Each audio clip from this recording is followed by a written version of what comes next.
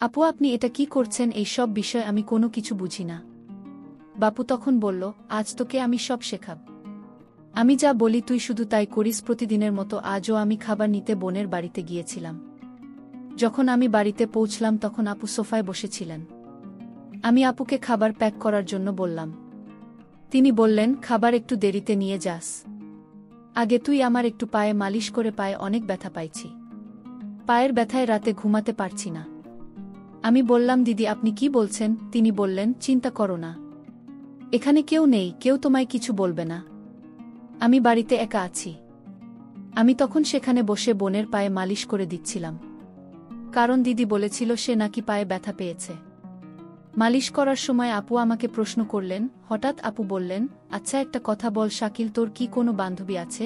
আমি বললাম, বান্ধবী? আমি বুঝতে পারলাম না আপু আপনি কি বলতে চান? তিনি বললেন, আরে বোকা, আমার মনে হয় কোনো গার্লফ্রেন্ড আছে নাকি? আমি বললাম, দিদি আপনি কি কথা বলছেন? আমি ওই ধরনের ছেলে নই। আর তাছাড়া গার্লফ্রেন্ডের ব্যাপারটা তো ধনী লোকেদের জন্য হয়। আপনি তো আমাদের বাড়ির পরিস্থিতি ভালোভাবে জানেন। তিনি বললেন, আচ্ছা এর মানে তুই এখনো কুমার? তার এই কথা শুনে আমি একটু লজ্জা পেলাম। তিনি বললেন, আচ্ছা তাহলে একটা কথা বলো, কি তোর মন চায় না? আমি বললাম, দিদি আপনি কি বলছেন? আমি কিছু বুঝতে পারছি না। তিনি বললেন, আরে বোকা, এখন কি সব কিছু আমি খুলে বলবো? উত্তর, ভিতরে বিন্দুমাত্র বোঝার ক্ষমতা নেই। দেখতে একদম গোবর যুবক লাগলেও মাথা তো বাচ্চাদের মতো। চলো আজ আমি তোমায় শিখিয়ে দিচ্ছি। এটা বলার পর আপু আমাকে নিজের ঘরে নিয়ে গেলেন এবং দরজা বন্ধ করে দিলেন। তারপর তিনি যা কিছু শেখালেন তা আমার কল্পনার বাইরে ছিল। আমার নিজের আপু আমাকে এটা কি শিখালো? মূল ঘটনাটি শুরু করার আগে তোমাদের কাছে একটি রিকোয়েস্ট, তোমরা এই ভিডিওতে একটি লাইক করে আর চ্যানেলটি সাবস্ক্রাইব করে পাশে থাকবেন। ধন্যবাদ। আমার নাম শাকিল এবং আমার বয়স 17 বছর। আমি জহির দুলাভাইয়ের সাথে কাজ করি। আমার বয়স বেশি নয়, তবে পরিস্থিতি এবং অভাবের কারণে আমি একজন শক্তিশালী দেহের অধিকারী। জহির দুলাভাই আমার কোনো আত্মীয় নন, আমি শুধু তার কাছে কাজ করি। তিনি বয়সে আমার থেকে অনেক বড়, তাই আমি তাকে দুলাভাই বলি। এবং তার স্ত্রীকে আপু। প্রায় 3 বছর আগে আমি তাদের কাছে এসেছিলাম এবং সেই সময় আমি মাত্র 14 বছরের ছিলাম। তখন থেকে আজ পর্যন্ত আমি তাদের কাছে আছি এবং আমার পুরো সততা এবং পরিশ্রম দিয়ে তাদের কাছে কাজ করি। এই কারণে দুলাভাই আমার সাথে খুব সদয় আচরণ করেন এবং তিনি আমার উপর পুরো বিশ্বাস করেন। জহির তার পরিবার খুব বড় নয়। তাদের 2টি মেয়ে এবং একটি ছেলে আছে এবং স্ত্রী আছে। আপুর বয়স খুবই কম। দুলাভাইয়ের বয়স 50 বছরের কাছাকাছি এবং আপুর বয়স প্রায় 35 বছর। তাদের দুজনের বয়সে এত পার্থক্য কেন সে সম্পর্কে আমি বেশি জানি না। তাদের বড় মেয়ের বয়স 15 বছর এবং ছোট মেয়ের বয়স 12 বছর আর তাদের ছেলে বর্তমানে 9 বছর। তাদের ব্যবসা খুব ভালো চলছে। এই কারণেই তাদের বাড়িতে প্রয়োজনীয় সব কিছু ছিল। আমি তাদের বাড়িতে আসা যাওয়ার ক্ষেত্রে কোনো বাধা অনুভব করিনি এবং সবকিছু আমি দুলাভাই জহিরের মাধ্যমেই এনে দিতাম। আমাকে তারা পরিবারের সদস্যের মতোই মনে করতেন। আমি এখানে কাজ করা শুরু করার পর থেকে সবকিছু ঠিকঠাকই চলছিল এবং হয়তো এভাবেই চলতে থাকত। কিন্তু একদিন এমন কিছু ঘটল যে আমার জীবনে একটি নতুন মোড় নিয়ে, এমন যে আমি নিয়ম অনুযায়ী বাড়ির জিনিসপত্র নিয়ে দুলাভাই জহিরের বাড়িতে পৌঁছলাম। কয়েকবার দরজায় নক করলেও কেউ উত্তর দিল না এবং দরজা খোলার কোনো লক্ষণ দেখা গেল না। কিছুক্ষণ অপেক্ষার পর আমি গেটটিকে একটু ধাক্কা দিলাম। দেখি সেটা লক করা নেই। তারপরে আমি নিজে গেট খুলে ভিতরে চলে গেলাম এবং বিনা দ্বিধায় রান্নাঘরের দিকে জিনিস রাখার জন্য এগিয়ে গেলাম। আমি রান্নাঘরের কাছে পৌঁছানোর পর বাথরুম থেকে হালকা হালকা হাঁপানির মতো শব্দ শুনতে পেলাম।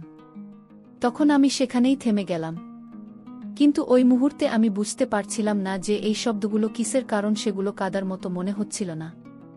সেগুলো এক ভিন্ন ধরনের শব্দ ছিল যা আমি বুঝতে পারছিলাম না। কিছুক্ষণ আমি দাঁড়িয়ে রইলাম, কিন্তু যখন শব্দগুলো বেশ জোরালো হতে লাগল তখন আমি আর স্থির থাকতে পারলাম না এবং বাথরুমের দিকে যেতে লাগলাম। আমি দরজার কাছে পৌঁছানোর আগেই শব্দটা বন্ধ হয়ে গেল। তাই আমি আবার রান্নাঘরের দিকে ফিরে আসলাম এবং জিনিস রাখতে লাগলাম। যখন আমি জিনিস রেখে বাইরে বের হচ্ছিলাম তখন বাথরুমের দরজা খুলে আপুকে বের হতে দেখলাম। কিন্তু যখন তার নজর আমার উপর পড়ল তিনি হঠাৎ চঞ্চল হয়ে গেলেন এবং রেগে গিয়ে আমার দিকে তাকিয়ে বললেন, তুই ভিতরে কখন এলে? তার এইভাবে উপস্থিতি দেখে আমি ভয় পেয়ে গেলাম এবং কাঁপা কাঁপা গলায় বললাম, দিদি আমি তো এখন এসেছি। কারণ বাইরে দাঁড়িয়ে অনেকক্ষণ ধরে দরজা নক করছিলাম, কিন্তু যখন কোনো উত্তর এল না তখন আমি নিজের ভিতরে চলে এসেছিলাম। আমার এই কথা শুনে আপনি চুপ হয়ে গেলেন এবং রান্নাঘরের দিকে চলে গেলেন। সেই সময় বাড়িতে দুলাভাই ছাড়া আর কেউ ছিল না, যা করে তিনি আমাকে খাবার প্যাক করে দিলেন। তারপর আমি খাবারের টিফিন নিয়ে সোজা দোকানের দিকে চলে গেলাম। দোকানে আসার পরেও আমার পুরো মন্দিরের দিকে ছিল যে আসলে দিদি বাথরুমে কি করছেন এবং তিনি কেন এমন আওয়াজ করছেন। পুরো দিন চিন্তা করার পরেও আমি বিষয়টি বুঝতে পারলাম না। তাই আমি সেই চিন্তা মাথা থেকে বের করে দিয়ে পুরো মন কাজের দিকে দিলাম। কিন্তু পরের দিন যখন আমি খাবার নিতে বোনের বাড়িতে গেলাম, তখন আমি তার মধ্যে অনেক পরিবর্তন অনুভব করলাম। অর্থাৎ যেভাবে তিনি আজ আমাকে দেখছিলেন, গত 3 বছরে তিনি আমাকে কখনো এমনভাবে দেখেননি যতক্ষণ আমি সেখানে দাঁড়িয়েছিলাম। প্রায় তার মন আমার দিকেই ছিল। তারপর কিছুক্ষণ পর তিনি খাবারের টিফিন প্যাক করেন, আমার হাতে ধরিয়ে দিলেন। জানি আমি দরজার দিকে চলে গেলাম যখন আমি বাড়ি থেকে বেরিয়ে আসতেই যাচ্ছিলাম। সেই সময় তিনি আমাকে পিছন থেকে ডাকলেন। তখন আমি ফিরে এসে তার কাছে গেলাম এবং বললাম যে আপু কি বলবেন। তিনি মিষ্টি হাসি দিয়ে আমার দিকে তাকালেন। তিনি আমার সাথে এক অদ্ভুত আচরণ করা শুরু করল। তার হঠাৎ এমন করার কারণে আমি একদম অবাক বিপর্যস্ত হয়ে পড়লাম। তারপর কিছু মুহূর্ত পর তিনি আলাদা হলেন এবং বললেন, শাকিল তুই এখন বড় হয়ে গেছিস এবং কত সুন্দর লাগছে তোরে। তবে এই কথা তো দুলাভাই বা অন্য কাউকে বলবে না। আমি না বলে মাথা নাড়লাম এবং তার বাড়ি থেকে বেরিয়ে গেলাম। কিন্তু পুরো রাস্তা জুড়ে আমি ভাবতে থাকলাম আর যাচ্ছেন এমন কি হয়েছে, এবং এই ভাবনা ভাবতে ভাবতে আমি দোকানে পৌঁছে গেলাম। এখন আমার কাজে একদম মন ছিল না, কিন্তু এই বিষয়টি চিন্তা করে আমি নিজের ভিতরে এক অদ্ভুত অনুভূতি অনুভব করতে লাগলাম এবং ভিতরে ভিতরে হাসতে লাগলাম। পরের দিন রবিবার ছিল এবং দুলাভাই রবিবার দোকান বন্ধ রাখতেন। এই কারণে সারা দিন আমি বাড়িতেই ছিলাম। পরের দিন সকালে যখন আমি দোকানে গেলাম তখন আমার পৌঁছানোর সাথে সাথে দুলাভাই আমাকে বললেন, তোর বোনের বাড়ির কিছু জিনিস দিতে যেতে হবে, তাই তুই এখন বাড়িতে চলে যাও। দুলাভাইয়ের কথা শুনে আমি খুশি হয়ে তার বাড়ির দিকে চলে গেলাম। বাড়িতে পৌঁছে আমি দরজায় টোকা দিলাম। তখন আপনি নিজেই দরজা খুললেন, কারণ তার সন্তানরা স্কুলে পড়তে গিয়েছিল। সেই সময় আপনি ঘরে একা ছিলেন।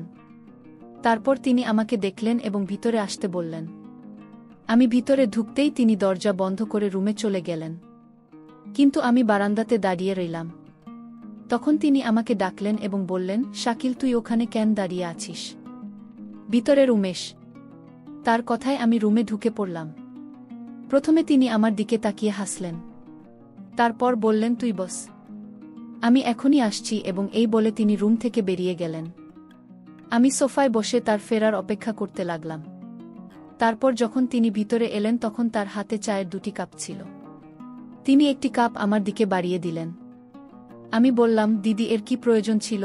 তিনি হাসি মুখে আমার দিকে তাকিয়ে বললেন, খাস সকালে চা খাওয়ার সময়, আর তোর তো এখন অনেক পরিশ্রমের কাজ করতে হবে। তার এই কথা শুনে আমি ভাবতে লাগলাম, আসলে এমন কোনো কাজ হতে পারে। তারপর আমরা দুজন চা পান করতে লাগলাম। চা পান করতে করতে আপু বললেন, সেদিন যে ঘটনা ঘটেছিল তুই কি সেটা কাউকে বলেছিস? আমি বুঝতে পারলাম তিনি কোনো ঘটনাটি উল্লেখ করেছেন, তবে আমি অজানা সে বললাম, কোন ঘটনা আপু? তখন তিনি বললেন, ওহ তুই এত দ্রুত ভুলে গেলে, তুই কি মনে রাখুনি যে যখন তুই পরশু খাবার নিতে এসেছিলে আমি তোর সাথে জোর করে আমি বললাম জি মনে আছে, তবে আমি কেন এই বিষয়টি কাউকে বলবো? এ বিষয়ে তো আমার কোনো স্মৃতি ছিল না, এখন তুই উল্লেখ করায় মনে পড়ল। আমার কথা শুনে তিনি উঠে আমার খুব কাছে বসে গেলেন। তারপর বললেন, দেখো এখন তুই এতটা বড় যে কোনো বিষয়টি লুকোনোর মতো এবং কোনটি নয়, কারণ যে কাজ আমি তোর কাছ থেকে নিতে চাই সেটা যেন কেউ জানতে না পারে। তিনি খুব ভালোবাসে আমাকে বোঝাচ্ছিলেন এবং আমি তার কথা মনোযোগ দিয়ে শুনছিলাম। কিন্তু এই সময় আমার মনে অনেক প্রশ্ন জাগছিল যে আসলে এমন কোনো কাজ হতে পারে। আমি যখন এই সব কথা শুনলাম তখন আমি তাকে বললাম, আপু আপনি একদম চিন্তা করবেন না, আমি আপনাকে প্রতিশ্রুতি দিচ্ছি যে আপনি যে বিষয়টি বলবেন আমি তো কাউকে জানাবেন না। আমার এই কথা শুনেই তিনি একদম হাসতে হাসতে বললেন, সাবাস, আমার তরফ থেকে এটাই আশা ছিল এবং এই বলে তিনি দাঁড়িয়ে গেলেন। কিন্তু আমার উপর অবাক হওয়ার পাহাড় ভেঙে পড়ল যখন আপু পা ম্যাসাজ করতে বললেন। তিনি বললেন, আজ কাজ অনেক বেশি ছিল। আমার পায়ে অনেক ব্যথা পাচ্ছি। কাজ করে আমার পা দুইটা প্রচণ্ড ব্যথা করছে। তাই আমি খুব ক্লান্ত হয়ে গেছি। তুমি একটু পা নালিশ করে দে। আমি বললাম, দিদি আপনি কি বলছেন? তিনি বললেন, চিন্তা করো না, এখানে কেউ নেই, কেউ কিছু বলবে না। আমি বাড়িতে একা আছি এবং তোমার দুলাভাই দোকানে আছেন। আমি সেখানে বসে পায়ে শুরু করলাম পাবলিশ করার সময়। হঠাৎ আপু বললেন, আচ্ছা একটা কথা বল সাক্ষী, উত্তর কি কোনো বান্ধবী আছে? আমি বললাম, বান্ধবী আমি বুঝতে পারছি না আপু, আপনি কি বলতে চাইছেন? তিনি বললেন, ওরে বোকা, আমার মনে হলো তোর কি কোনো গার্লফ্রেন্ড আছে। আমি বললাম, দিদি আপনি কি বলছেন? আমি সেই ধরনের ছেলে না। এবং আসলে গার্লফ্রেন্ড ব্যাপারটা তো ধনী লোকেদের জন্য। আপনি তো আমাদের পরিবারের অবস্থা ভালো করেই জানেন। তিনি বললেন, আচ্ছা এর মানে তুই এখনো কুমার আছো? তার এই কথা শুনে আমি একটু লজ্জিত হলাম। তিনি বললেন, আচ্ছা তুই একটা কথা বল, তোর মন কি চায় না? আমি বললাম, দিদি আপনি কি বলছেন? আমি কিছু বুঝতে পারছি না। তিনি বললেন, ওরে বোকা, এখন আমি কি সব কিছু খুলে বলবো? জুতোর মধ্যে একদমই বোধ নেই, দেখতে একদম গোবর যুবক মনে হচ্ছে, আর মাথা তো বাচ্চাদের মতো। আজ আমি তোকে শেখাচ্ছি। তার এই কথা শুনে আমি একটু আতঙ্কিত হয়ে পড়লাম। আমি বললাম, দিদি আমার দেরি হচ্ছে, আমি দোকানে যাচ্ছি। তিনি বললেন, এখনই তো এসেছিস, এত দ্রুত কি হলো? একটু দাঁড়াও। এই বলে তিনি আমাকে থামিয়ে দিলেন। তারপর তিনি বললেন, তুই জানিস তোর দুলাভাই কতটা বুড়ো হয়ে গেছে? তার এবং আমার বয়সের কতটা পার্থক্য আছে? আমি যদি গরিব ঘরের জন্মাতাম না তাহলে বুড়োর সঙ্গে আমার বিয়ে হতো না। এই বলে তিনি বললেন, আরও একটু পা ব্যথা করছে। কিন্তু আমি বুঝতে পারছিলাম দিদি এটা অভিনয় করছে, আসলে তার পায়ে কোনো ব্যথা নাই। আমি একটু ইতস্তত করতে লাগলাম। তিনি বললেন, লজ্জা পেও না, এরকম দৃশ্য আমি আগে কখনো দেখিনি, তাই আমি খুব নার্ভাস ছিলাম। তিনি মাঝে মাঝে কথা বলতে বলতে লাগলেন, তুই আমার দুঃখ কষ্ট কিছুই বুঝিস না। আমি তোর আপন বোন না হলেও তোকে তো আমার নিজের ভাইয়ের মতোই স্নেহ করি। তারপর বললেন, তোর দুলাভাই তো আমাকে করতে পারে না, দোকান থেকে এসে ঘুমিয়ে পড়েন। আমি কোথায় যাবে এখন তুই বল, আমি কি করব? আমি তার কথা শুনছিলাম, কিন্তু কিছুই বুঝতে পারছিলাম না। হঠাৎ সে আমাকে কাছে বসান, তারপর নানারকম কথা বলতে লাগল। কিছু কথা আমি বুঝতে পারছিলাম আর কিছু কথা পারছিলাম। তার এই ধরনের কথাবার্তায় আমি ভেতরে খুব অস্বস্তি বোধ করতে লাগলাম। আমি নিজেকে নিয়ন্ত্রণ করতে পারছিলাম না। শেষে আমি কি করব? ধীরে ধীরে সে তার উদ্দেশ্য সফল হয়ে গেল এবং আমি কিছুই করতে পারলাম না। আমার এই আচরণে কিন্তু আপু খুব খুশি ছিলেন। তিনি বললেন, অনেকদিন পর আজ আমার মন শান্তি পেয়েছে। শাকিল, তোর ভাল লাগছে তাই না? আমি উত্তর দিলাম, দিদির কাছে গেলে ভাইদের ভালো লাগবে, এটাই স্বাভাবিক। তবে এমন যে আমার সাথে হতে পারে সেটা তুমি আমায় শিখালে তোমাকে ধন্যবাদ দিদি, তুমি আমায় এমন একটা সুন্দর কাজ শেখানোর জন্য। এই কাজ যে করবে সে আর কোনোদিন সেই কাজের কথা বলতে পারবে না। বন্ধুরা, আজকের গল্পটি কেমন লাগলো তা অবশ্যই কমেন্ট করে জানাতে ভুলবেন না।